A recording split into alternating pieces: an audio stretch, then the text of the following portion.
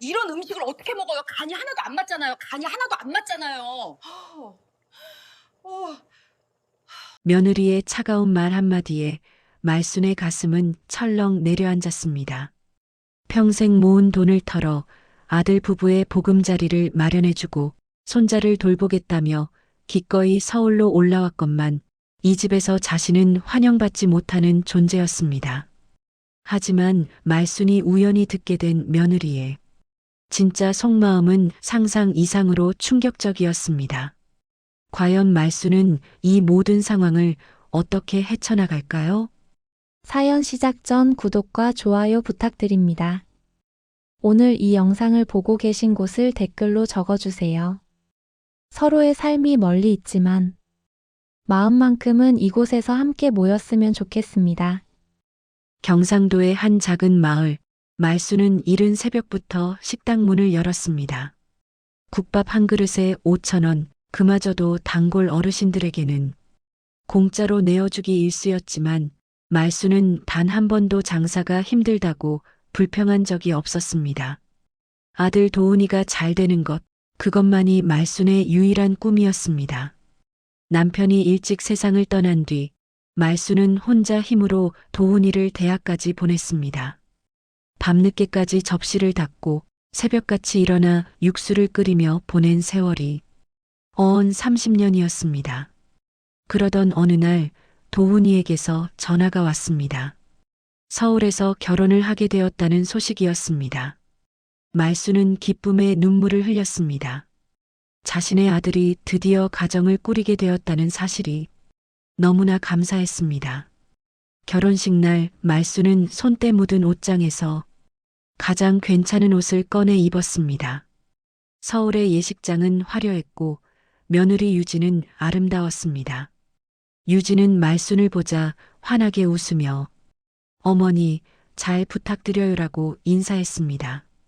그 웃음이 진심인 줄로만 알았던 말순은 마음 한편이 따뜻해졌습니다. 결혼 후 몇 달이 지나 도훈이가 다시 전화를 걸어왔습니다. 전세금이 부족해 고민이라는 이야기였습니다. 말순은 단 1초도 망설이지 않았습니다.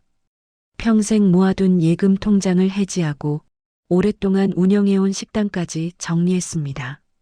그렇게 모은 돈을 아들에게 송금하면서 말순은 가슴이 벅차올랐습니다. 이제 우리 도훈이 마음 편히 살겠구나. 말순은 짐을 꾸렸습니다. 서울로 올라가 손자를 돌보며 아들 부부가 편하게 일할 수 있도록 도와주기로 마음먹었습니다.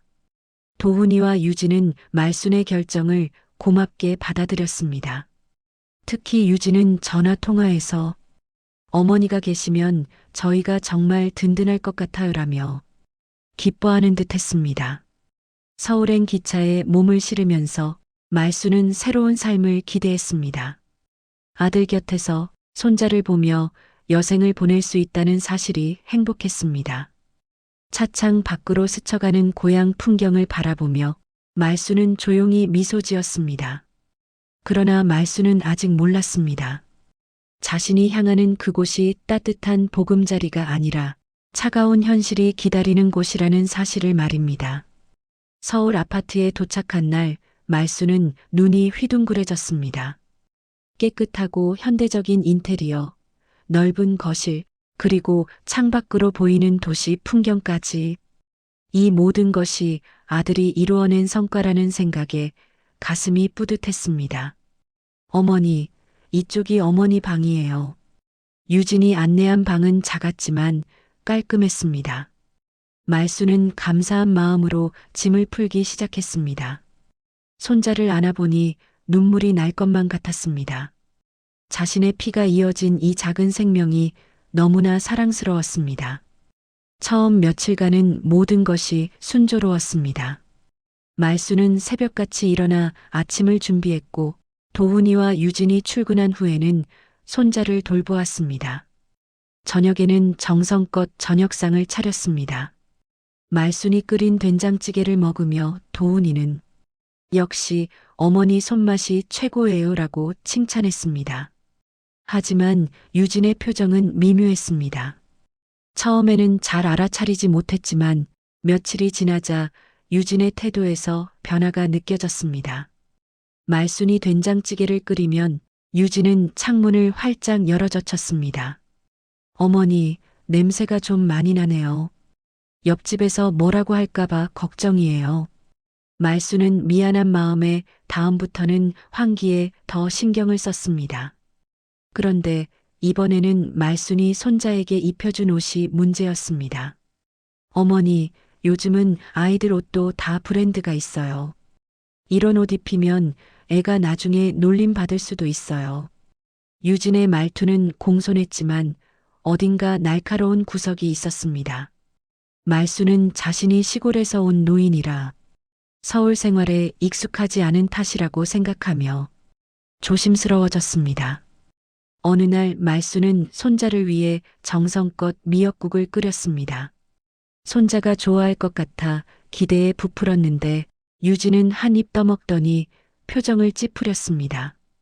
어머니, 요즘은 애들한테 이렇게 간 센 음식 안 먹여요. 건강에 안 좋대요. 말수는 더 이상 아무 말도 하지 못했습니다. 자신이 무엇을 해도 유진의 눈에는 차지 않는다는 느낌이 들었습니다. 그래도 말수는 참았습니다. 며느리도 처음 시어머니를 모시는 거니 서툴 수 있다고, 시간이 지나면 나아질 거라고 스스로를 위로했습니다. 하지만 유진의 태도는 점점 더 노골적으로 변해갔습니다. 말순이 청소를 해놓으면 제 방식대로 다시 할게요라며 처음부터 다시 했고, 말순이 빨래를 개면 이렇게 개면 옷 늘어나요라며 다시 개었습니다. 도훈이는 회사 일로 바빴고 집에 돌아오면 지쳐서 소파에 누워있기 일쑤였습니다. 말순은 아들에게 며느리 이야기를 꺼낼 수 없었습니다. 괜히 부부 사이를 벌어지게 만들까봐 두려웠습니다. 말순은 밤마다 작은 방에 누워 천장을 바라보았습니다. 이것이 자신이 꿈꾸던 서울 생활인가 하는 생각이 들었습니다. 하지만 손자의 웃는 얼굴을 보면 모든 것이 참을 만했습니다. 손주만 잘 크면 돼. 나야 뭐 상관없지. 말수는 그렇게 스스로를 달래며 하루하루를 버텨갔습니다. 시간이 흐를수록 유진의 태도는 더욱 냉랭해졌습니다. 말순이 손자와 놀아주면 유진은 어머니, 애가 너무 시끄러워요라고 했고, 말순이 조용히 있으면 어머니, 애 좀 봐주세요라고 했습니다. 무엇을 해도 잘못이었습니다. 어느 날 말순은 시장에 가서 신선한 재료를 사왔습니다. 도훈이가 어렸을 때 좋아하던 갈비찜을 만들어주고 싶었습니다. 정성껏 고기를 재우고 양념을 만들어 푹 끓였습니다. 집 안가득 고소한 냄새가 퍼졌습니다. 저녁 시간 도훈이는 오늘 뭐 이렇게 좋은 냄새가 나요? 라며 기대에 찬 표정으로 식탁에 앉았습니다. 말수는 뿌듯한 마음으로 갈비찜을 내놓았습니다. 하지만 유진은 젓가락도 들지 않았습니다. 어머니, 저는 고기 안 먹어요. 다이어트 중이거든요. 미리 말씀드렸잖아요. 말수는 기억을 되짚어 보았지만 그런 이야기를 들은 적이 없었습니다. 당황한 말순 앞에서 유진은 냉장고에서 샐러드를 꺼내 먹기 시작했습니다. 도훈이는 어색한 분위기를 느끼면서도 말없이 갈비찜을 먹었습니다. 며칠 후 더욱 충격적인 일이 벌어졌습니다. 말수는 우연히 유진이 거실에서 친구와 통화하는 것을 듣게 되었습니다. 아, 진짜 답답해 죽겠어. 시어머니가 매일 이상한 음식만 해대서 말수는 복도에 멈춰섰습니다. 가슴이 철렁 내려앉는 느낌이었습니다. 아니, 된장찌개를 매일 끓이는데 집안이 온통 냄새야. 친구들 집에 초대하기도 창피하고. 유진의 목소리는 짜증으로 가득했습니다. 말수는 숨을 죽이고 그 자리에 서 있었습니다. 그리고 옷 입는 것 좀 봐. 완전 촌스러워. 아파트 엘리베이터에서 마주치면 내가 다 민망해. 말순의 눈에서 눈물이 흘러내렸습니다. 자신이 평생 입어온 옷차림이 며느리에게는 그렇게 부끄러운 것이었다니. 말수는 조용히 자신의 방으로 돌아가 거울을 보았습니다. 거울 속에는 주름진 얼굴과 소박한 옷차림을 한 노인이 서 있었습니다. 그날 밤 말수는 잠을 이룰 수 없었습니다. 며느리의 말이 머릿속에서 맴돌았습니다. 자신이 이 집에 부담이 되고 있다는 생각이 들었습니다. 하지만 어디로 갈 수 있겠습니까? 고향의 식당은 이미 정리했고 모든 돈은 아들에게 주었습니다. 다음 날부터 말수는 더욱 조심스러워졌습니다. 된장찌개 대신 간단한 반찬만 만들었고 집안에서도 최대한 조용히 지냈습니다. 유진과 마주치지 않으려 일부러 방에 있는 시간을 늘렸습니다. 그러던 어느 날 저녁 유진이 친구들을 집으로 초대했습니다. 말수는 방에서 나오지 않으려 했지만 유진이 어머니 나오셔서 인사 좀 하세요라고 불렀습니다. 말순이 거실로 나가자 유진의 친구들이 말순을 쳐다보았습니다. 유진은 억지로 웃으며 소개했습니다. 저희 시어머니야 지방에서 올라오셨어. 친구들은 어색하게 인사를 했고 말수는 고개를 숙이며 다시 방으로 돌아갔습니다. 문을 닫고 나서 말수는 복도에서 들리는 대화 소리를 들었습니다. 아이고 힘들겠다. 시어머니랑 같이 사는 거. 그러게. 요즘 시대에 누가 시어머니랑 살아. 유진은 아무 말도 하지 않았습니다. 말수는 그 침묵이 더 아팠습니다. 며느리가 자신을 변호해주지 않는다는 것, 오히려 동의하고 있다는 것을 느꼈습니다. 말수는 그날부터 자신이 이 집에서 진짜로 환영받지 못하는 존재라는 것을 깨달았습니다. 어느 날 새벽 말수는 목이 말라 물을 마시러 조용히 방문을 열었습니다. 복도는 어둠에 잠겨 있었고 거실 쪽에서 희미한 불빛이 새어나왔습니다. 말순이 부엌 쪽으로 걸어가는데 거실에서 유진의 목소리가 들렸습니다. 전화 통화를 하는 모양이었습니다. 말순은 본능적으로 걸음을 멈췄습니다.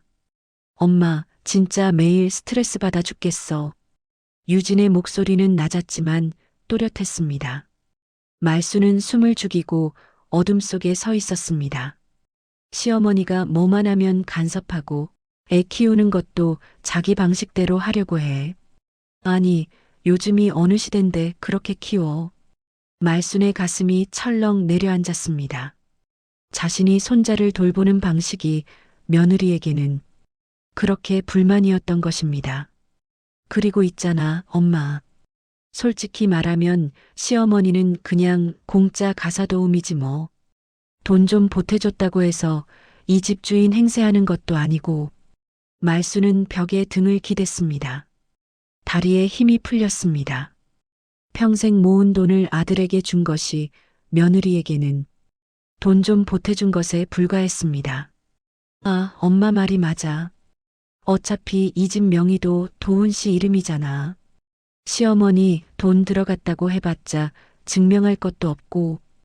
유진의 목소리에는 차가운 계산이 묻어났습니다. 말수는 믿을 수 없었습니다. 자신이 기꺼이 내어준 돈을 며느리는 이렇게 생각하고 있었다니. 좀만 참으면 돼. 어차피 나이 드시면 요양원 보내면 되잖아. 그때까지만 애 봐달라고 하고. 요양원. 그 단어가 말순의 귀를 때렸습니다. 며느리는 처음부터 자신을 이 집에 오래 둘 생각이 없었던 것입니다. 그저 손자 돌봄이 필요한 동안만 이용하려는 계획이었습니다. 엄마, 내가 사람 보는 눈 있잖아. 시어머니는 별로 아는 것도 없고 돈도 이미 다 썼을 거야. 우리가 조금만 버티면 요양원 보낼 수 있을 거야. 말수는 더 이상 듣지 못하고 조용히 방으로 돌아갔습니다. 물도 마시지 못한 채 침대 끝에 주저앉았습니다. 가슴이 너무 아파서 숨을 쉬기조차 힘들었습니다. 자신이 평생 모은 돈으로 마련해준 집에서 자신은 언젠가 버려질 짐이었습니다. 손자를 돌보는 일도 며느리에게는 그저 무료 노동력을 이용하는 것에 불과했습니다. 말수는 그날 밤 한숨도 자지 못했습니다. 천장을 바라보며 지난 시간들을 떠올렸습니다. 아들을 위해 희생했던 모든 순간들이 이렇게 허무하게 느껴질 줄은 몰랐습니다. 다음 날 아침 말수는 평소처럼 아침을 준비했습니다. 하지만 손이 떨려서 국자를 제대로 잡을 수조차 없었습니다. 유진이 거실로 나왔을 때 말수는 고개를 들 수 없었습니다. 어머니, 오늘 국이 좀 싱거운 것 같은데요? 유진의 목소리는 여전히 공손했지만 말순에게는 그 모든 것이 거짓으로 들렸습니다. 말수는 아무 대답도 하지 못하고 고개만 끄덕였습니다. 도훈이가 출근하고 유진이 외출한 후 말수는 홀로 거실에 앉아 있었습니다. 손자가 자신을 보고 웃었지만 말수는 웃음을 돌려줄 힘조차 없었습니다. 내가 뭘 위해 여기까지 왔나? 말순의 눈에서 조용히 눈물이 흘러내렸습니다. 그날 이후로 말수는 달라졌습니다. 며느리의 진심을 알고 난 뒤 모든 것이 다르게 보였습니다. 유진의 공손한 말투 뒤에 숨은 냉정함이, 도훈이의 무관심이, 이 집에서 자신이 차지하는 자리가 얼마나 불안한지가 모두 보였습니다. 말수는 더욱 조심스러워졌습니다. 아침 식사는 간단하게 준비했고 집안일도 유진의 눈에 띄지 않게 했습니다. 손자와 놀아줄 때도 소리를 내지 않으려 애썼습니다. 하지만 유진의 태도는 더욱 노골적으로 변해갔습니다. 어느 날 말순이 손자에게 입힌 옷을 보더니 유진이 한숨을 쉬었습니다. 어머니, 이 옷 어디서 나신 거예요? 제가 분명히 다른 옷 입히라고 준비해뒀는데. 말수는 작은 목소리로 대답했습니다. 손주가 이 옷을 입고 싶어 해서. 애가 뭘 알아요. 어머니가 어른인데 좀 판단을 하셔야죠. 유진은 손자의 옷을 벗기고 자신이 준비한 옷으로 갈아입혔습니다. 말수는 그 모습을 지켜보며 아무 말도 할 수 없었습니다. 점심시간 말수는 간단하게 김치찌개를 끓였습니다. 집에 있던 재료로 만든 소박한 식사였습니다. 유진이 돌아와 식탁을 보더니 미간을 찌푸렸습니다. 어머니, 제가 저녁에 친구들 초대한다고 말씀드렸잖아요. 집안에 김치 냄새 배면 어떡해요. 말수는 그런 이야기를 들은 기억이 없었지만 사과했습니다. 미안하다. 내가 깜빡했네. 에휴, 창문 좀 열어놔야겠네. 유진은 짜증스럽게 창문을 활짝 열었습니다. 찬바람이 집 안으로 들어왔고 말수는 추위에 몸을 움츠렸습니다. 저녁 무렵 유진의 친구들이 찾아왔습니다. 말수는 방에서 나오지 않으려 했지만 화장실을 가기 위해 어쩔 수 없이 복도로 나섰습니다. 거실에서는 유진과 친구들이 와인을 마시며 이야기를 나누고 있었습니다. 말순이 조용히 지나가려는데 한 친구가 말순을 보고 물었습니다. 언니, 저분이 시어머니세요? 유진은 어색하게 웃으며 대답했습니다. 응, 손자 봐주시려고 올라오셨어. 아, 그렇구나. 요즘 시대에 시어머니랑 사는 것도 쉽지 않을 텐데. 친구들의 동정 어린 시선이 말순에게 향했습니다. 말순은 고개를 숙이고 재빨리 화장실로 들어갔습니다. 화장실 안에서 말수는 거울을 보았습니다. 거울 속 자신의 모습은 초라했습니다. 주름진 얼굴, 낡은 옷, 구부정한 어깨, 며느리의 친구들 눈에는 이런 자신이 불쌍하게 보였을 것입니다. 며칠 후 더욱 견디기 힘든 일이 벌어졌습니다. 말순이 손자와 놀아주고 있는데 유진이 갑자기 다가왔습니다. 어머니, 애가 요즘 유치원에서 이상한 말을 배워온대요. 혹시 어머니가 뭐 가르치신 거 아니에요? 말수는 당황했습니다. 무슨 말인지. 애가 자꾸 사투리를 쓴다니까요. 선생님이 교정이 필요하다고 하셨어요. 말수는 자신도 모르게 손자와 이야기할 때 고향 사투리가 섞였던 것을 깨달았습니다. 미안한 마음에 고개를 숙였습니다. 미안하다. 조심할게. 에휴, 정말. 어머니가 좀 신경 써주셔야죠. 유진은 손자의 손을 잡고 자신의 방으로 들어가 버렸습니다. 말수는 홀로 거실에 남겨졌습니다. 그날 밤 말수는 작은 공책에 무언가를 적기 시작했습니다.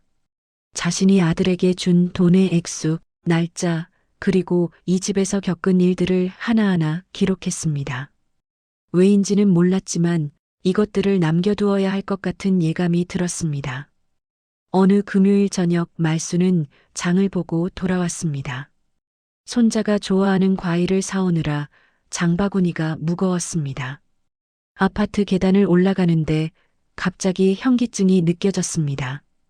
요즘 잠을 제대로 자지 못해서인지 몸 상태가 좋지 않았습니다. 말수는 잠시 계단에 멈춰서서 난간을 붙잡았습니다.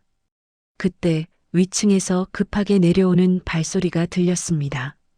말순이 비키려고 몸을 움직이는 순간 누군가가 말순을 스치듯 지나갔습니다. 균형을 잃은 말순은 장바구니를 놓치고 계단 아래로 굴러떨어졌습니다. 으악! 둔탁한 소리와 함께 말순은 계단 중간에 쓰러졌습니다. 온몸이 아팠고 왼쪽 팔이 이상한 각도로 꺾여 있었습니다. 어머니, 위층에서 도훈이의 목소리가 들렸습니다. 도훈이가 황급히 달려 내려왔고 곧이어 유진도 따라 내려왔습니다. 구급차 불러. 도훈이의 다급한 목소리가 들렸지만 말수는 의식이 흐릿해져 갔습니다. 눈앞이 어두워지기 전 말수는 유진의 차가운 눈빛을 보았습니다. 그 눈빛에는 걱정이 아닌 다른 무언가가 담겨 있었습니다. 병원에 도착했을 때 말수는 겨우 의식을 되찾았습니다. 의사가 검사 결과를 설명했습니다. 다행히 큰 부상은 아니지만 팔에 금이 갔습니다. 그리고 연세를 고려하면 회복에 시간이 좀 걸릴 겁니다. 의사는 도훈이에게 조용히 말했습니다.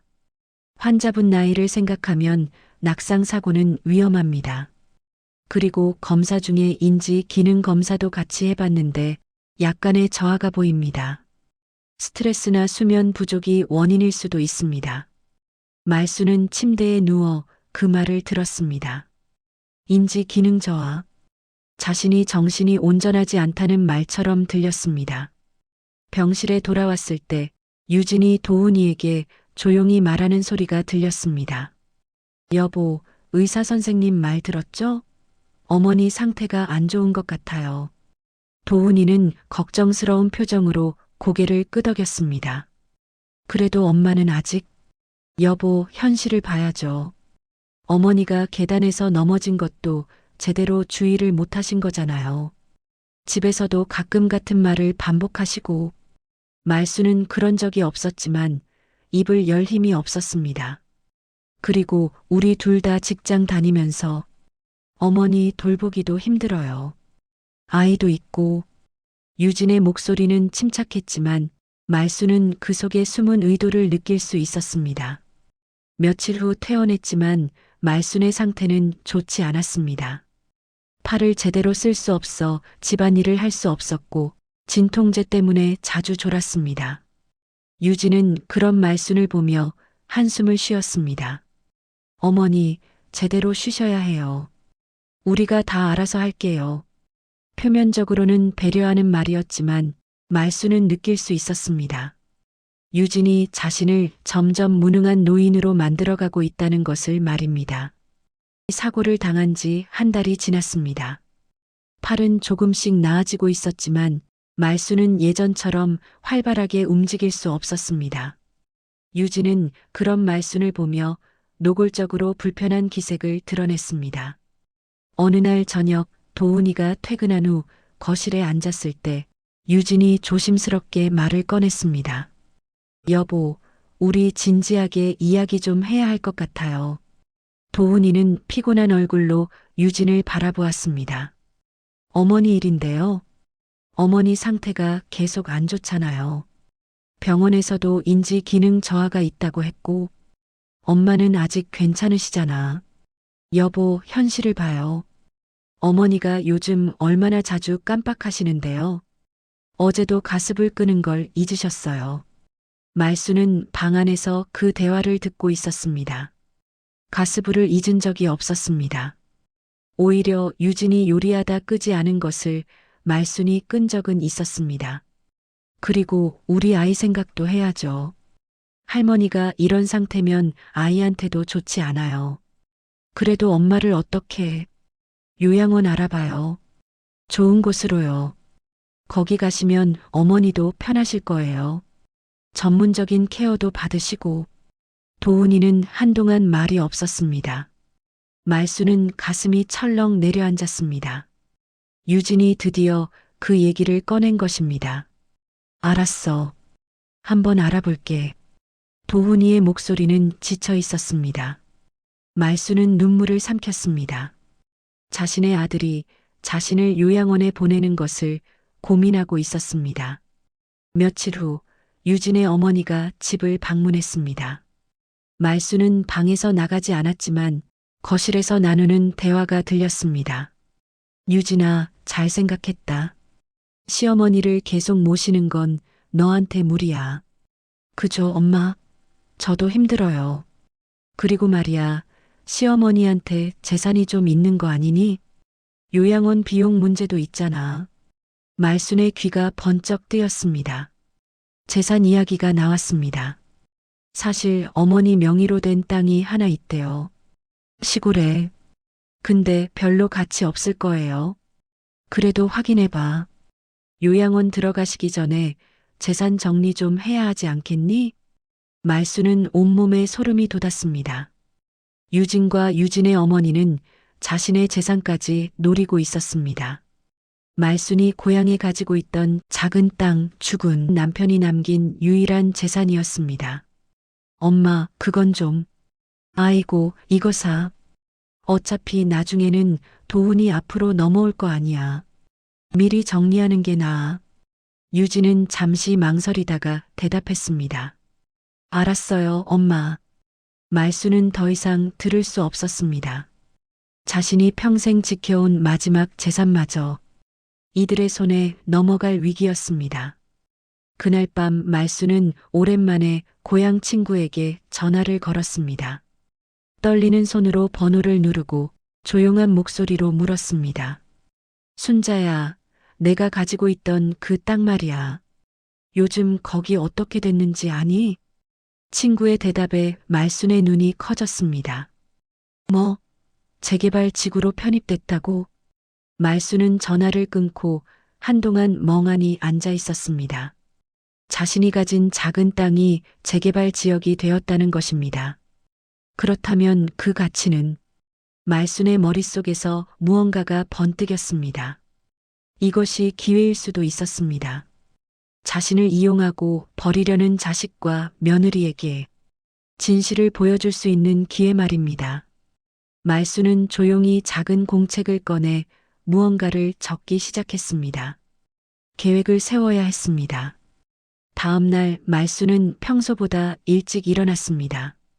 팔은 아직 완전히 회복되지 않았지만 해야 할 일이 있었습니다. 조용히 방을 나와 도훈이의 서재로 들어갔습니다. 서랍 속에서 말수는 자신이 도훈이에게 돈을 보낼 때 작성했던 서류들을 찾았습니다. 전세 계약서, 계좌 이체 내역, 그리고 자신이 서명한 각종 문서들. 말수는 이것들을 조심스럽게 휴대폰 카메라로 찍었습니다. 며칠 전 손자가 말순에게 휴대폰 사용법을 가르쳐 준 것이 도움이 되었습니다. 말수는 서툴지만 천천히 사진을 찍어 저장했습니다. 그날 오후 유진이 외출한 사이 말수는 조용히 집안을 살폈습니다. 유진의 방 책상 위에는 노트북이 놓여 있었고 옆에는 수첩이 있었습니다. 말수는 조심스럽게 수첩을 펼쳤습니다. 수첩에는 요양원 목록이 적혀 있었습니다. 각 요양원의 비용, 위치, 그리고 간단한 메모들. 그중 한 곳에는 가장 저렴함, 여기로라고 밑줄이 그어져 있었습니다. 말수는 그 페이지도 사진으로 찍었습니다. 며느리가 자신을 가장 싼 요양원에 보내려 한다는 증거였습니다. 저녁 무렵 유진이 전화 통화를 하는 소리가 들렸습니다. 말수는 방문을 조금 열고 귀를 기울였습니다. 이번에는 우연이 아니라 의도적으로 엿듣는 것이었습니다. 응, 변호사한테 물어봤어. 시어머니가 치매 판정받으면 재산 관리를 보호자가 할 수 있대. 말순의 손이 떨렸습니다. 유진은 자신을 치매 환자로 만들어 재산을 빼앗으려는 계획을 세우고 있었습니다. 아직 치매는 아니지만 인지 기능 저하가 있다는 진단서는 받았잖아. 그거면 충분할 것 같은데. 말수는 분노가 치밀어 올랐습니다. 하지만 참아야 했습니다. 지금은 증거를 모을 때였습니다. 며칠 후 말수는 용기를 내어 고향 면사무소에 전화를 걸었습니다. 자신이 소유한 땅에 대한 정확한 정보가 필요했습니다. 네, 어르신. 그 땅은 현재 재개발 지역으로 편입되어 있습니다. 보상금 산정이 진행 중인데요. 대략적으로 평당 가격이 담당자가 알려준 금액을 듣고 말수는 숨이 멎을 뻔했습니다. 자신이 가진 땅이 예상했던 것보다 훨씬 큰 가치를 지니고 있었습니다. 총 보상금은 수십억 원에 달했습니다. 말수는 조용히 전화를 끊고 생각에 잠겼습니다. 이 돈이면 손자의 미래를 충분히 보장해 줄 수 있었습니다. 그리고 자신을 이용하려던 며느리에게 제대로 된 교훈을 줄 수도 있었습니다. 그날 밤 말수는 오랜 친구를 통해 변호사 연락처를 받았습니다. 신뢰할 수 있는 변호사가 필요했습니다. 말수는 떨리는 손으로 메모를 남겼습니다. 다음 날 새벽 말수는 외출 준비를 했습니다. 유진이 일어나기 전에 집을 나가야 했습니다. 조용히 문을 열고 나가는데 현관에서 도훈이와 마주쳤습니다. 엄마, 어디 가세요? 병원에 좀 다녀올게. 제가 모셔다 드릴까요? 아니다. 혼자 갈 수 있어. 말수는 서둘러 집을 나섰습니다. 지하철을 타고 시내로 향했습니다. 손에는 변호사 사무실 주소가 적힌 메모지가 쥐어져 있었습니다. 변호사 사무실에 도착했을 때 말수는 긴장했습니다. 하지만 해야 할 일이었습니다. 변호사는 친절하게 말순을 맞이했습니다. 어르신, 어떤 일로 오셨는지 천천히 말씀해 주세요. 말수는 그동안 있었던 일들을 차근차근 설명했습니다. 아들에게 준 돈, 며느리의 태도, 그리고 자신이 모은 증거들까지. 변호사는 진지하게 듣고 고개를 끄덕였습니다. 어르신께서 현명하게 대처하셨습니다. 이 증거들이면 충분합니다. 저는 뭘 해야 하나요? 일단 재산에 대한 법적 보호 조치가 필요합니다. 그리고 변호사는 말순에게 앞으로의 절차를 설명했습니다. 말순은 고개를 끄덕이며 모든 것을 받아들였습니다. 사무실을 나오면서 말순은 처음으로 마음이 조금 가벼워졌습니다. 이제 싸울 준비가 되었습니다. 변호사 사무실을 다녀온 다음 날 말순은 평소처럼 집안일을 했습니다. 하지만 마음속으로는 차분하게 다음 단계를 준비하고 있었습니다. 변호사는 모든 법적 절차를 진행 중이었고 말순은 그저 평소처럼 행동하면 되었습니다. 그런데 그날 오후 유진의 어머니가 다시 집을 방문했습니다. 말순은 방에서 나가지 않았지만 거실에서 나누는 대화가 또렷하게 들렸습니다. 유진아, 요양원은 알아봤니? 네, 엄마. 몇 곳 괜찮은데 찾았어요. 시어머니한테는 말했어? 아직이요. 도훈 씨한테 먼저 확실하게 말해야 할 것 같아서요. 유진의 어머니는 만족스러운 듯 고개를 끄덕였습니다. 그래, 잘 생각했어. 그리고 재산 문제는? 시어머니 땅 있잖아요. 알아보니까 재개발 지역이 됐대요. 그럼 가치가 올랐겠네? 말수는 귀를 더욱 기울였습니다. 이들이 얼마나 알고 있는지 확인해야 했습니다. 네, 꽤 될 것 같아요. 근데 시어머니가 아직 건강하시니까. 아이고, 그러니까 서둘러야지. 인지 기능 저하 진단서 있잖아. 그거 가지고 후견인 신청 같은 거 할 수 있지 않겠니? 유진은 잠시 망설였습니다. 그게 법적으로 문제될 수도 있을 것 같은데. 에이, 뭐가 문제야. 시어머니 나이도 있으시고 실제로 계단에서 넘어지기도 하셨잖아. 당연히 보호자가 관리해야지. 말수는 주먹을 불끈 쥐었습니다. 이들은 자신의 재산을 빼앗기 위해 법까지 악용하려 하고 있었습니다. 엄마 말대로 해볼게요. 그래, 우리 딸 똑똑해. 시어머니도 요양원 가시면 편하실 거야. 거기서 또래분들이랑 지내시고. 두 사람은 마치 말순을 위하는 것처럼 이야기했지만 말순은 그 속내를 정확히 알고 있었습니다. 저녁 무렵 도훈이가 퇴근했습니다. 저녁 식사 후 유진이 조심스럽게 말을 꺼냈습니다. 여보, 요양원 알아봤어요. 시설도 좋고 관리도 잘 되는 곳이에요. 도훈이는 불편한 표정을 지었습니다. 그래도 엄마를.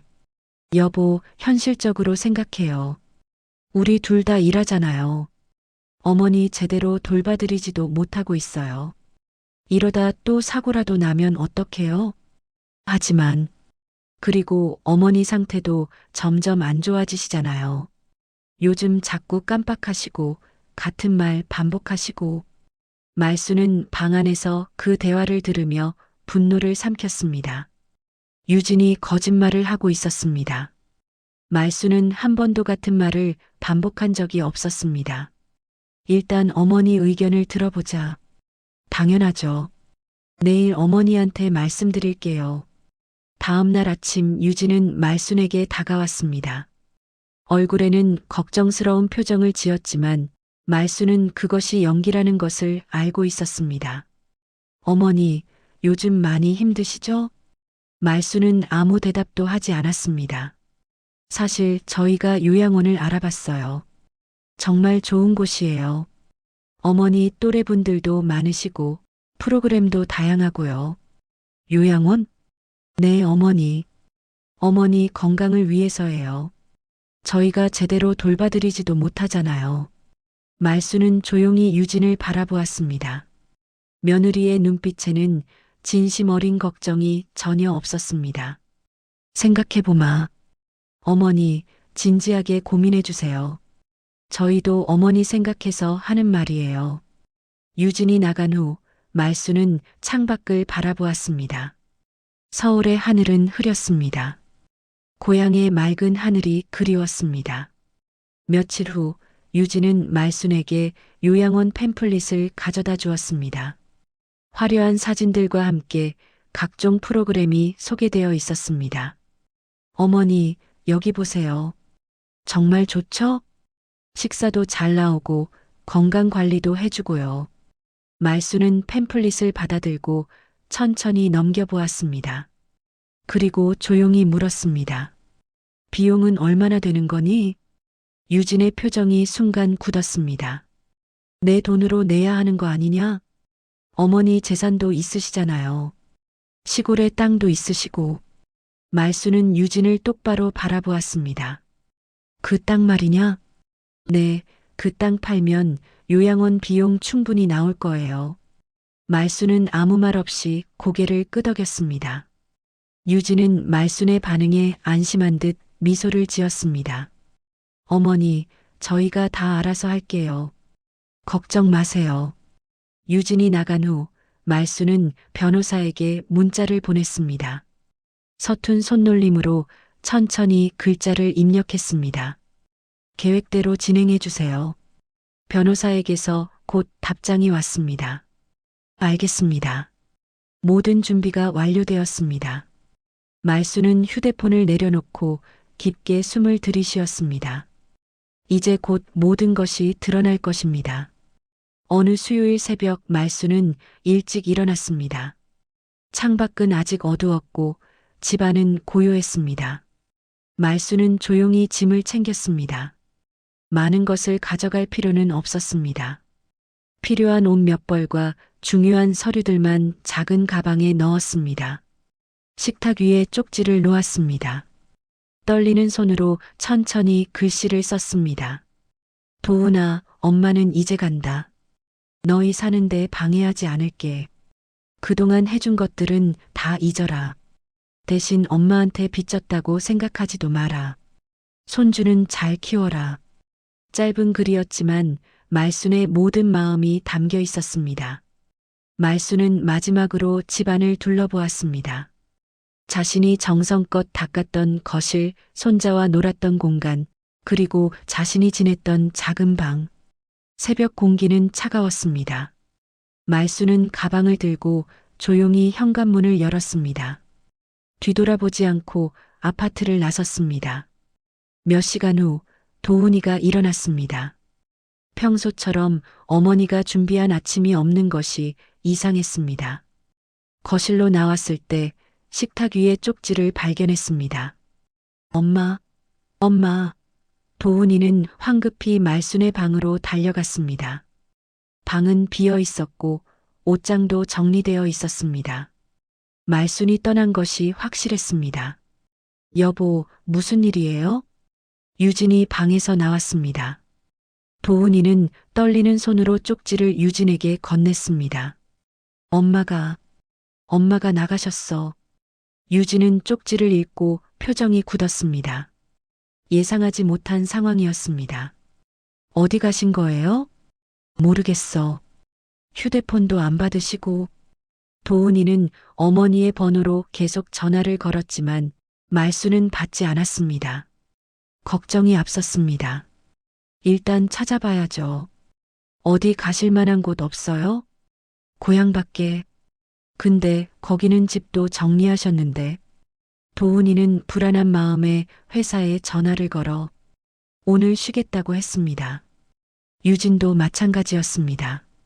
두 사람은 고향으로 향했습니다. 기차를 타고 몇 시간을 달려 말순이 살던 마을에 도착했습니다. 하지만 예전 식당 자리는 이미 다른 가게가 들어서 있었고 아는 사람들에게 물어봐도 말순을 본 사람이 없었습니다. 도대체 어디 가신 거야? 도훈이는 막막했습니다. 유진은 옆에서 휴대폰을 만지작거리며 무언가 생각하는 표정이었습니다. 여보, 혹시 시어머니가 땅 때문에 면사무소에 가신 건 아닐까요? 시어머니 소유의 땅 있잖아요. 재개발 지역이 됐다던데. 도훈이는 고개를 끄덕였습니다. 두 사람은 면사무소로 향했습니다. 하지만 담당자는 고개를 저었습니다. 윤말순 어르신은 며칠 전에 다녀가셨는데 오늘은 안 오셨습니다. 며칠 전에요? 무슨 일로 오셨는데요? 그건 개인정보라서 말씀드리기 어렵습니다. 도훈이는 답답했습니다. 어머니가 무슨 일로 면사무소에 다녀간 것인지 알 수 없었습니다. 저녁 무렵 두 사람은 서울로 돌아왔습니다. 집에 돌아와서도 말순의 흔적을 찾아보았지만 특별한 단서는 없었습니다. 이상해요. 시어머니가 갑자기 왜 이러시는 거죠? 유진의 목소리에는 불안함이 섞여 있었습니다. 요양원 계획도 재산 정리 계획도 모두 꼬여버렸습니다. 며칠이 지나도 말순은 연락이 없었습니다. 도훈이는 실종 신고를 할까 고민했지만 쪽지를 보면 어머니가 스스로 떠난 것이 분명했습니다. 일주일째 되는 날 도훈이의 회사로 한 통의 우편물이 도착했습니다. 발신인은 법무법인이었습니다. 도훈이는 불길한 예감에 봉투를 열었습니다. 법률 상담 요청건에 대한 안내. 도훈이는 내용을 읽다가 얼굴이 하얗게 변했습니다. 어머니가 변호사를 선임했다는 내용이었습니다. 그리고 다음 주 화요일 변호사 사무실로 출석하라는 통지였습니다. 이게 무슨... 도훈이는 떨리는 손으로 유진에게 전화를 걸었습니다. 여보, 큰일 났어. 엄마가 변호사를 선임하셨어. 전화기 너머로 유진의 당황한 목소리가 들렸습니다. 뭐라고요? 왜요? 모르겠어. 일단 다음 주에 변호사 사무실로 오래. 도훈이는 전화를 끊고 다시 서류를 읽었습니다. 무언가 큰일이 벌어지고 있다는 느낌이 들었습니다. 화요일 오후 도훈이와 유진은 변호사 사무실 앞에 섰습니다. 유진은 긴장한 표정이었고 도훈이는 불안한 마음에 계속 시계를 확인했습니다. 사무실 문을 열고 들어가자 중년의 남자 변호사가 맞이했습니다. 강도훈 씨와 서유진 씨 맞으십니까? 네, 그런데 저희 어머니는 윤말순 어르신은 조금 있다 오실 겁니다. 일단 앉으십시오. 두 사람은 어색하게 자리에 앉았습니다. 변호사는 책상 위에 서류 뭉치를 정리하며 입을 열었습니다. 오늘 이 자리는 윤말순 어르신의 요청으로 마련되었습니다. 재산 정리와 관련된 중요한 사항을 논의하기 위해서입니다. 재산이요? 도훈이가 되물었습니다. 변호사는 고개를 끄덕였습니다. 그때 사무실 문이 열리며 말순이 들어왔습니다. 도훈이는 벌떡 일어났습니다. 엄마, 말순은 조용히 도훈이를 보았습니다. 일주일 사이 말순의 표정은 많이 달라져 있었습니다. 더 이상 움츠러든 노인이 아니었습니다. 앉아라. 말순의 목소리는 차분했지만 단호했습니다. 도훈이는 어머니의 변화에 당황하며 자리에 앉았습니다. 변호사가 서류를 펼치며 설명을 시작했습니다. 먼저 윤말순 어르신께서 소유하신 토지에 대해 말씀드리겠습니다. 해당 토지는 최근 재개발 지역으로 편입되었고 보상금이 책정되었습니다. 보상금이요? 유진이 몸을 앞으로 기울였습니다. 변호사는 서류를 도훈이 앞으로 밀었습니다. 총 보상 예정 금액은 68억 원입니다. 뭐라고요? 도훈이와 유진은 동시에 소리쳤습니다. 68억이라는 숫자가 믿기지 않았습니다. 어르신께서는 이 재산을 손자 명의로 신탁 형식으로 이전하기로 결정하셨습니다. 손자가 성인이 될 때까지는 신탁 관리인이 관리하며 성인이 된 후 전액 이전됩니다. 유진의 얼굴이 하얗게 변했습니다. 잠깐만요. 그럼 저희는 강도훈 씨와 서유진 씨에게는 어떠한 재산도 이전되지 않습니다. 변호사의 말에 유진은 믿을 수 없다는 표정을 지었습니다. 이건 말이 안 돼요. 시어머니, 저희가 뭘 잘못했다고. 말순이 처음으로 입을 열었습니다. 너가 뭘 잘못했냐고? 말순의 목소리는 차가웠습니다. 내 평생 모은 돈 털어서 니들 집 마련해줬을 때 난 짐이었다. 손주 돌봐주고 밥 해주고 집안일 해줄 때 난 공짜 가사도우미였지. 유진은 할 말을 잃었습니다. 요양원 보내려고 계획 세웠지? 내 재산 빼앗으려고 치매 환자 만들려고 했지? 그건 변호사가 다시 서류를 꺼냈습니다. 윤말순 어르신께서는 지난 몇 주간 증거를 수집하셨습니다. 서유진 씨가 친구들과 나눈 대화 내용, 요양원 계획, 그리고 재산을 노린 정황들까지. 변호사는 녹음 파일을 재생했습니다. 유진이 친정 어머니와 나눈 통화 내용이었습니다. 시어머니는 그냥 공짜 가사도우미지 뭐. 좀만 참으면 요양원 보내면 되잖아. 이 집은 결국 우리 거야. 유진의 목소리가 사무실에 울려 퍼졌습니다. 도훈이는 믿을 수 없다는 표정으로 아내를 바라보았습니다. 여보, 이게 무슨... 여보, 저건... 유진은 변명을 찾지 못했습니다. 녹음은 계속되었습니다. 요양원에 관한 대화, 재산을 빼앗으려는 계획, 말순을 치매 환자로 만들려던 시도까지. 도훈이의 얼굴은 점점 창백해졌습니다. 녹음이 끝나고 사무실은 정적에 휩싸였습니다. 도훈이는 두 손으로 얼굴을 감싸쥐었습니다. 믿고 싶지 않았지만 아내의 목소리는 너무나 명확했습니다. 엄마, 도훈이의 목소리는 떨렸습니다. 말수는 아들을 조용히 바라보았습니다. 엄마, 저는 정말 몰랐어요. 너는 알려고 하지 않았지 않냐? 말순의 말 한마디 한마디가 도훈이의 가슴을 찔렀습니다. 엄마가 서울 올라와서 얼마나 힘들었는지, 며느리한테 얼마나 무시당했는지 너는 보려 하지 않았다. 회사 일이 바빠서 그건 핑계다. 엄마, 죄송합니다. 정말 죄송합니다. 도훈이는 고개를 숙였습니다. 눈에서 눈물이 흘러내렸습니다. 유진은 옆에서 계속 변명을 늘어놓았습니다. 시어머니, 그건 제 진심이 아니었어요. 그냥 친구들한테 하는 말이었고, 진심이 아니었다고. 말순이 유진을 똑바로 바라보았습니다. 그럼 내 된장찌개 냄새난다고 한 것도, 내 옷차림 촌스럽다고 한 것도, 내가 손주 돌보는 방식 틀렸다고 한 것도 다 진심이 아니었다고. 유진은 입을 다물었습니다. 변호사가 다시 서류를 꺼냈습니다. 추가로 강도훈 씨 앞으로 되어 있는 전세주택의 계약 관련해서도 말씀드리겠습니다. 네. 도훈이가 고개를 들었습니다. 윤말순 어르신께서 보태주신 금액은 총 2억 3천만 원입니다. 어르신께서는 이 금액에 대한 반환을 요구하지 않으십니다. 다만 이 돈이 아들 부부가 아닌 손자를 위한 것이었음을 명확히 하고자 합니다. 변호사는 계좌 이체 내역과 각종 증빙 서류를 내밀었습니다. 말순이 아들에게 보낸 돈의 모든 기록이었습니다. 2억 3천만 원.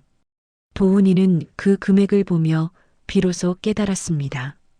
어머니가 평생 모은 돈, 식당을 팔아서 만든 돈이 모두 자신에게 왔다는 것을, 그리고 자신은 그것을 당연하게 받아들였다는 것을. 엄마가 평생. 이제 알았으면 됐다. 말수는 자리에서 일어났습니다. 나는 다시 고향으로 내려가마.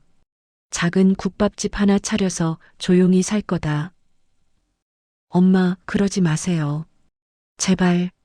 도훈이가 어머니의 손을 잡으려 했지만 말수는 손을 거두었습니다.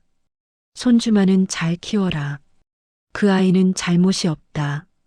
하지만 내 앞에서 손주를 이용해서 날 묶어두려 하지는 마라. 시어머니, 유진이 벌떡 일어났습니다. 제가 잘못했어요. 정말 잘못했어요. 다시는 그러지 않을게요. 제발 저희한테. 너에게 기회는 충분히 줬다. 말순의 목소리는 단호했습니다. 내가 서울 올라와서 1년. 1년이란 시간이 짧다고 생각하는 거냐? 그 시간 동안 너는 단 한 번도 날 가족으로 대하지 않았지. 유진은 더 이상 할 말이 없었습니다. 변호사가 마지막 서류를 꺼냈습니다. 윤말순 어르신께서는 향후 강도훈 씨 가족과의 법적 분쟁을 원치 않으십니다. 다만 손자에 대한 면회권과 양육 상황에 대한 확인권은 유지하고자 하십니다. 도훈이는 고개를 끄덕였습니다. 더 이상 어떤 말도 할 수 없었습니다. 말수는 가방을 들고 사무실 문으로 향했습니다.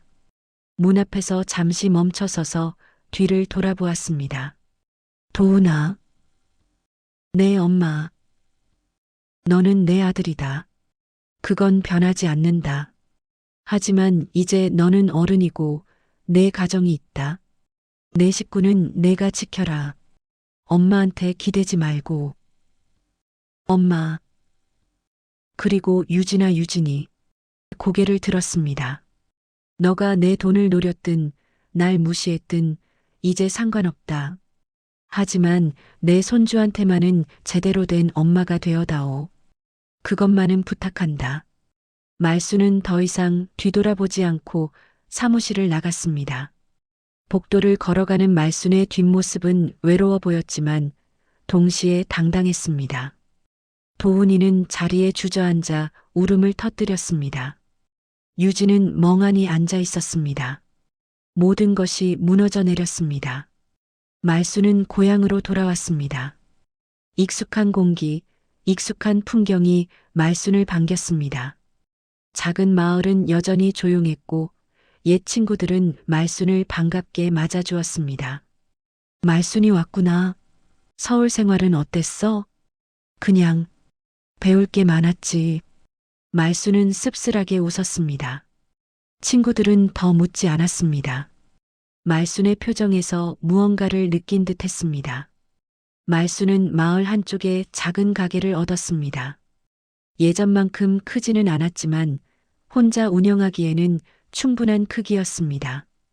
간판을 달고 주방 기구를 들여놓고 조금씩 준비를 해나갔습니다.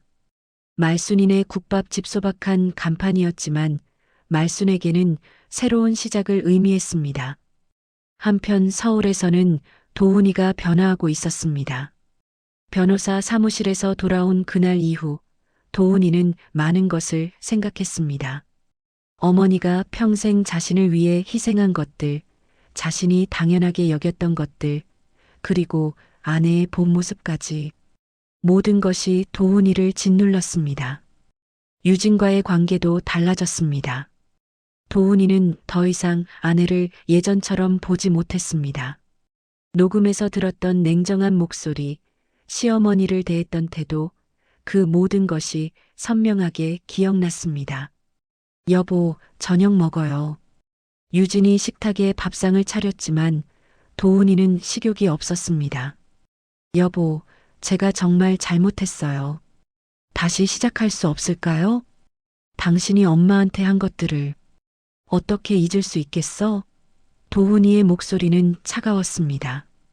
유진은 고개를 떨어뜨렸습니다. 며칠 후 도훈이는 회사에 휴가를 내고 고향으로 향했습니다. 어머니를 만나야 했습니다. 제대로 사과하고 용서를 구해야 했습니다. 고향에 도착해 마을 사람들에게 물어 어머니의 가게를 찾았습니다. 작은 국밥집 앞에 섰을 때 도훈이의 발걸음이 멈췄습니다. 유리창 너머로 어머니가 보였습니다. 앞치마를 두르고 국을 끓이는 모습, 예전 고향에서 보던 익숙한 모습이었습니다. 도훈이는 한참을 서 있다가 용기를 내어 가게 문을 열었습니다. 어서 오십시오. 말순이 손님을 맞이하듯 인사했지만 도훈이를 보는 순간 표정이 굳었습니다. 엄마, 왜 왔냐? 말순의 목소리는 차가웠습니다. 엄마, 저 사과하려고 왔어요. 사과는 변호사 사무실에서 다 들었다. 이제 돌아가거라. 엄마, 제발 제 이야기 좀 들어주세요. 도훈이는 무릎을 꿇었습니다. 가게 안에 있던 몇몇 손님들이 놀라 쳐다보았습니다. 엄마, 제가 잘못했어요. 제가 너무 못났어요. 눈물이 흘러내렸습니다. 평생 저만 보고 사신 엄마를 저는 너무 당연하게 생각했어요. 엄마가 서울 와서 얼마나 힘들었는지, 유진이한테 얼마나 상처받았는지 저는 아무것도 몰랐어요. 말수는 아무 말 없이 아들을 내려다보았습니다. 제발 다시 저희 곁으로 돌아와 주세요. 제가 잘할게요. 유진이도 반성하고 있어요. 일어나거라. 말순의 목소리는 여전히 단호했습니다. 엄마는 이제 여기서 살 거다. 너한테 돌아갈 생각 없다. 엄마. 하지만 너는 내 아들이다. 그건 변하지 않는다. 말수는 국을 한 그릇 떠서 도훈이 앞에 놓았습니다. 배고프겠지. 먹어라. 도훈이는 눈물을 흘리며 국밥을 먹었습니다. 어머니의 손맛이었습니다. 평생 먹어온 그리운 맛이었습니다. 계절이 몇 번 바뀌었습니다. 말수는 고향에서 국밥집을 운영하며 평온한 나날을 보냈습니다. 단골 손님들이 생겼고 마을 사람들은 말순의 국밥을 좋아했습니다. 서울에서는 도훈이와 유진의 관계가 조금씩 변하고 있었습니다. 도훈이는 예전처럼 유진을 대하지 않았고 유진은 자신의 잘못을 뒤늦게 깨달으며 변화하려 애썼습니다. 하지만 가장 큰 변화는 손자에게서 일어났습니다. 초등학교에 입학한 손자는 할머니를 그리워했습니다. 아빠, 할머니는 언제 와? 할머니는 지금 고향에서 사신단다. 나 할머니 보고 싶어. 도훈이는 아들의 말에 마음이 아팠습니다. 어머니와 손자를 떼어놓은 것은 결국 자신과 유진의 잘못 때문이었습니다. 어느 주말 도훈이는 아들을 데리고 고향으로 향했습니다. 유진은 따라가지 않았습니다. 아직 시어머니를 대면할 용기가 나지 않았습니다. 할머니 집이야? 손자가 작은 국밥집을 보며 눈을 반짝였습니다. 도훈이는 아들의 손을 잡고 가게 안으로 들어갔습니다. 할머니, 손자가 말순을 보자마자 달려갔습니다. 말순은 손자를 보는 순간 얼굴에 환한 미소가 번졌습니다. 우리 손주 왔구나. 말순은 손자를 꼭 안아주었습니다. 그동안 참았던 그리움이 한꺼번에 쏟아졌습니다. 할머니, 보고 싶었어요. 할머니도 많이 보고 싶었단다. 도훈이는 그 모습을 조용히 지켜보았습니다. 어머니의 얼굴에 다시 웃음이 돌아온 것을 보니 마음 한편이 따뜻해졌습니다. 앉아라. 할머니가 맛있는 거 해줄게. 말순은 손자를 위해 정성껏 국밥을 끓였습니다. 손자는 할머니가 끓여준 국밥을 맛있게 먹었습니다. 할머니 밥이 세상에서 제일 맛있어요. 그래, 많이 먹어라. 도훈이는 어머니에게 조용히 말했습니다. 엄마, 아이를 자주 데려와도 될까요? 말순은 잠시 생각하다가 고개를 끄덕였습니다. 손주는 환영이다. 하지만 너희 부부가 이 아이를 이용해서 날 다시 붙잡으려 하지는 마라. 그러지 않을게요, 엄마. 그날 이후 도훈이는 한 달에 한두 번씩 아들을 데리고 고향을 찾았습니다. 말순은 손자가 올 때마다 기뻐하며 맛있는 음식을 해주었습니다. 손자는 할머니와 함께하는 시간을 너무나 좋아했습니다. 할머니가 들려주는 옛날 이야기, 함께 산책하는 시간, 그리고 할머니의 따뜻한 품 모두가 소중했습니다. 어느 날 손자가 말순에게 물었습니다. 할머니, 왜 우리랑 같이 안 살아요? 말순은 손자의 머리를 쓰다듬으며 대답했습니다. 할머니는 여기가 좋단다. 여기서 친구들도 만나고 손님들도 만나고. 그럼 저는요? 할머니 보고 싶으면 어떡해요? 그럼 아빠한테 할머니 보러 가자고 해라. 할머니는 우리 손주 보면 항상 기뻐. 손자는 고개를 끄덕였습니다. 할머니, 저 크면 할머니랑 같이 살 거예요. 말순은 손자를 꼭 안아주었습니다. 눈가에 눈물이 맺혔습니다. 한편 서울에서는 유진이 조금씩 변화하고 있었습니다. 도훈이와의 관계는 여전히 어색했지만 유진은 자신의 잘못을 인정하고 바로잡으려 노력했습니다. 아들이 고향에 다녀온 날이면 유진은 아들에게 물었습니다. 할머니는 어떠셨어? 할머니가 국밥 해주셨어요. 정말 맛있었어요. 유진은 복잡한 표정을 지었습니다. 자신이 무시했던 시어머니의 정성이 아들에게는 최고의 선물이었습니다. 몇 년이 흘렀습니다. 말순의 국밥집은 마을에서 유명한 곳이 되었습니다. 근처 도시에서도 사람들이 찾아올 정도였습니다. 하지만 말순은 가게를 크게 키울 생각이 없었습니다. 말순아, 가게 좀 키워보지 그래? 장사 잘 되잖아. 친구가 권유했지만 말순은 고개를 저었습니다. 나는 이 정도면 충분해. 욕심 부리고 싶지 않아. 말순은 평온한 일상에 만족했습니다. 아침에 일어나 국을 끓이고 손님들을 맞이하고 저녁에는 친구들과 마을을 산책하는 삶.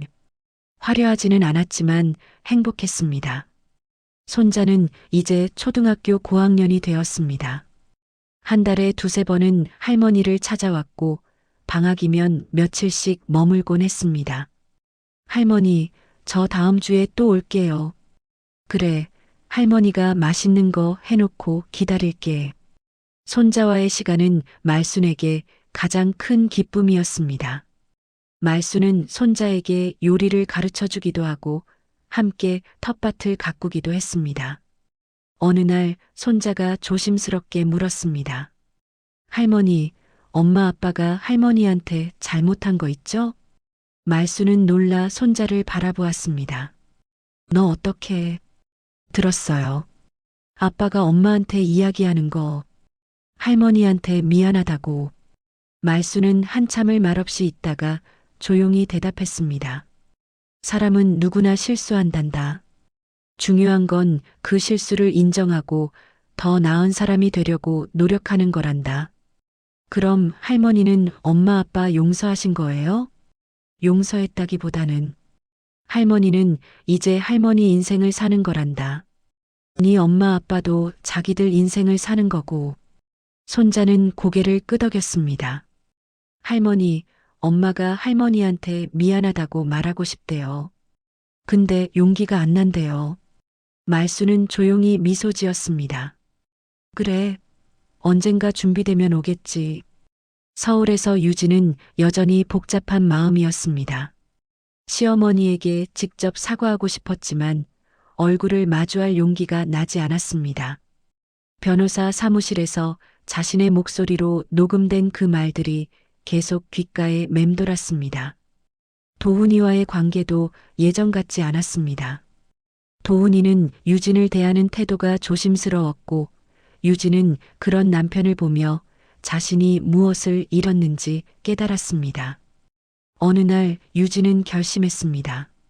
아들이 고향에 갈 때 함께 가기로 했습니다. 여보, 나도 가고 싶어요. 도훈이는 놀란 표정을 지었습니다. 정말? 네, 시어머니께 제대로 사과하고 싶어요. 도훈이는 고개를 끄덕였습니다. 다음 주말 가족 셋이 함께 고향으로 향했습니다. 차 안은 내내 조용했습니다. 유진은 긴장한 표정으로 창밖을 바라보았습니다. 국밥집 앞에 도착했을 때 유진의 손은 떨렸습니다. 도훈이가 유진의 손을 잡아주었습니다. 괜찮을 거야. 가게 문을 열고 들어가자 말순이 손님들에게 음식을 서빙하고 있었습니다. 말순은 유진을 보는 순간 동작을 멈췄습니다. 시어머니. 유진은 말순 앞에 무릎을 꿇었습니다. 가게 안의 손님들이 놀라 쳐다보았습니다. 시어머니, 죄송합니다. 정말 죄송합니다. 유진의 눈에서 눈물이 흘러내렸습니다. 제가 너무 잘못했습니다. 시어머니를 사람 취급도 안 하고 무시하고 제가 정말 못된 며느리였습니다. 말순은 아무 말 없이 유진을 내려다보았습니다. 일어나거라. 말순의 목소리는 차갑지도 따뜻하지도 않았습니다. 사과는 받았겠지만 용서는 시간이 필요할 것 같다. 유진은 고개를 끄덕였습니다. 네, 알겠습니다. 기다리겠습니다. 말순은 유진을 일으켜 세우고 자리를 권했습니다. 손자는 할머니와 엄마를 번갈아 보며 조용히 있었습니다. 국밥 먹을 거니? 네, 시어머니. 말순은 세 사람 앞에 국밥을 내왔습니다. 유진은 처음으로 시어머니가 만든 음식을 제대로 맛보았습니다. 국물은 깊고 진했습니다. 평생 갈고 닦은 솜씨였습니다. 맛있습니다. 유진의 말에 말순은 아무 대답도 하지 않았습니다. 하지만 표정이 조금 부드러워진 것 같았습니다. 식사를 마치고 돌아가려 할 때 말순이 손자에게 말했습니다. 다음에 또 오너라. 할머니가 기다릴게. 네, 할머니. 그리고 유진을 보며 덧붙였습니다. 너가 진심으로 변했는지는 시간이 말해주겠지. 아들한테는 좋은 엄마가 되거라. 네, 시어머니. 꼭 그렇게 하겠습니다. 차를 타고 돌아가는 길, 유진은 차창 밖을 보며 생각했습니다. 자신이 잃어버린 것이 얼마나 큰지, 그리고 되찾기 위해 얼마나 노력해야 하는지를 말입니다. 말수는 가게 정리를 마치고 작은 방으로 돌아왔습니다. 창밖으로 보이는 고향 풍경은 평화로웠습니다. 이제 내 인생을 사는 거다. 말수는 조용히 중얼거렸습니다. 재산도 아들도 며느리도 이제 중요하지 않았습니다. 손자가 건강하게 자라주고 가끔 자신을 찾아와 주는 것만으로 충분했습니다. 말수는 평생 처음으로 진정한 자유를 느꼈습니다. 누구를 위해 희생하지 않아도 되는 삶, 자신을 위해 사는 삶. 그것이 말순이 선택한 마지막 행복이었습니다. 끝까지 영상을 시청해 주셔서 감사합니다. 오늘의 사연이 당신의 하루의 작은 위로가 되었다면 구독과 좋아요, 댓글로 마음을 나눠주세요. 서로 얼굴은 모르지만 이곳에서만큼은 같은 이야기를 나누는 이웃이라 생각하겠습니다. 다음 영상에서 인사드리겠습니다.